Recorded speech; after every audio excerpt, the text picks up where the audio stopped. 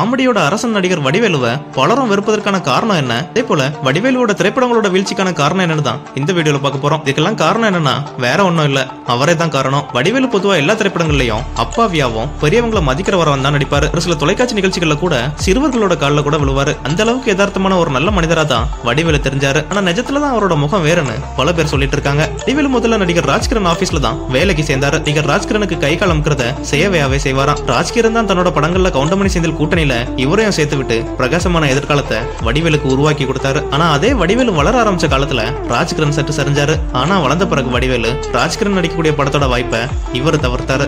பல பேர் வரவேட்டனா செலவு பத்தனா அப்படிங்கிற திரைப்படத்தை பார்த்து ரொம்பவே ரசிச்சிருப்போம். இந்த திரைப்படத்துல வடிவேலோட காமெடி கூட அல்டிமேட்டா இருக்கும். ஆனா இந்த படத்துல கால்சிட் பிரச்சனை காரணமா செந்தில் நடிக்க வேண்டிய கேரக்டர்ல வடிவேல் நடிக்க வேண்டிய கேரக்டர்ல தான் செந்திலும் நடிச்சாரு. செந்திலோட கால்சிட் பிரச்சனை தான் வடிவேலு கோவை சர்லா கூட சேர்ந்து நடிக்கிற மாதிரி அமைஞ்சது. இதுதான் வடிவேலோட வாழ்க்கையே திருப்பி போட்டுச்சு. இந்த காலகட்டத்துல கவுண்டமணியும் செந்திலும் வளர்ந்த நடிகர்கள் கூடயும் நடிகர் விவேக்கும் வடிவேலுவும் வளரக்கூடிய நடிகர்கள் கூட நடிச்சிட்டு இருந்தாங்க. அப்பெல்லாம் விவேக் தான் ஒருபடி வடிவேலோட முன்னணியில இருந்தாரு. இந்த காலகட்டத்துல விஜய், அஜித், பிரசாந்த், அப்பாஸ், மாதவன் எல்லாரோட முதல் சாய்ஸும் விவேக்கா தான் இருந்தாரு. அப்பெல்லாம் வடிவேலுக்கு கிராமத்து படங்கள்ல தான் அதிகமா வாய்ப்பு கிடைச்சது. இந்த சமயத்துல தான் விவேக் ஒரு படத்துல கதாநாயகனா நடிக்கிறதுக்கு 2 வருஷம் எந்த படமும் நடிக்காம இருந்தாரு. அந்த 2 வருஷம் இடைவெளியை பயன்படுத்தி தான் வடிவேலு நம்பர் 1 இடத்தை பெற்றாரு. அதுக்கப்புறம் நடிகர் வடிவேலு தொட்டதெல்லாம் ஹிட்டாச்சு. அதுக்கப்புறம் நடிகர்கள் விஜய், விக்ரம், சூர்யானு அடுத்த ரவுண்ட் நடிகர்களோட முதல் தேர்வானாரு. சந்திரமுகி திரைப்படத்துல கூட ரஜினியே வடிவேலுவை காமெடினா போடணும்னு பிரபுவை வற்புறுத்தவும் செஞ்சிருக்காரு. உண்மை ஆர்மியா வடிவேலோட சாம்ராஜ்யம் விஸ்வரூபம் எடுத்துச்சு. ஒரு பக்கத்துல வடிவேலு தன்னோட சக நடிகர்கள் வாய்ப்பை பறிப்பாரணும், அதே போல துணை நடிகர்களோட சீன்ல அதிகமான முக்கியத்துவம் இருந்தாலோ அந்த நடிகரையும் கடுமையா திட்டு வரான். ஒருவேளை காட்சிகள் முடிஞ்சதுக்கு அப்புறம் சக நடிகர்கள் காட்சிகள்ல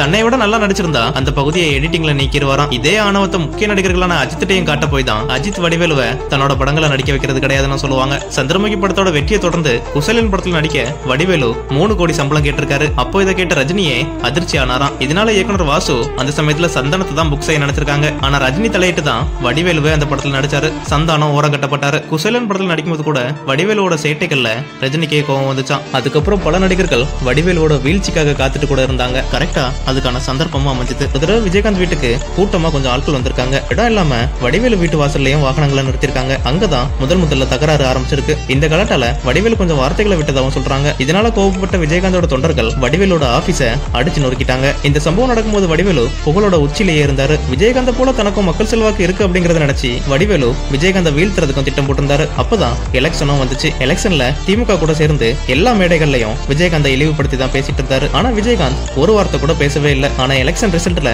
திமுக தோத்து வெளியேறிச்சு. அந்த தேர்தலில் தான் கேப்டன் விஜயகாந்த் எதிர்கட்சி தலைவராகவும் ஆனாரு. அதிமுக கூட்டணியை விமர்சிச்ச வடிவேலுவை புக் செய்யறதுக்கு தயாரிப்பாளர்கள் எல்லாம் பயந்தாங்க. இதுல ஜெயலலிதா டைரக்டா எதுவுமே பண்ணவே இல்லை. ஆனா ஜெயலலிதா மேல உள்ள பயத்துல வடிவேலோட கதையை முடிஞ்சது. அறிவாலயத்துல வடிவேலு எவ்வளவு குட்டிக்கரணம் எல்லாம் அடிச்சு பார்த்திருக்காரு. ஆனா அவருக்கு உதவுறதுக்கு தான் ஆளே இல்ல. இந்த நேரத்தை சரியா பயன்படுத்தி ரஜினி படங்கள்ல கூட சந்தானம் தான் நடிச்சாரு. இந்த நேரத்துல தான் வடிவேலோட திறமையை நம்பி அவருக்கு வாழ்க்கை கொடுக்க இயக்குனர் சங்கர் முன் வந்தாரு. இம்சை அரசன் 24ஆம் புலிகேசி படத்தை தயாரிக்கவும் செஞ்சாரு. இந்த படத்தை இயக்குனர் சிம்பு தேவன் இயக்கி வந்தாரு. பல கோடிகள் வரைக்கும் சங்கர் செலவு செஞ்சு பாதி படப்பிடிப்பு நடக்கும்போது வடிவேலுக்கு கொழுப்பு அதிகமாயிட்டு ஒழுங்கா படப்பிடிப்புக்கு வராம வீட்டுல இருந்திருக்காரு. வந்தாலும் வேணும்னே லேட்டா வருவாராம்.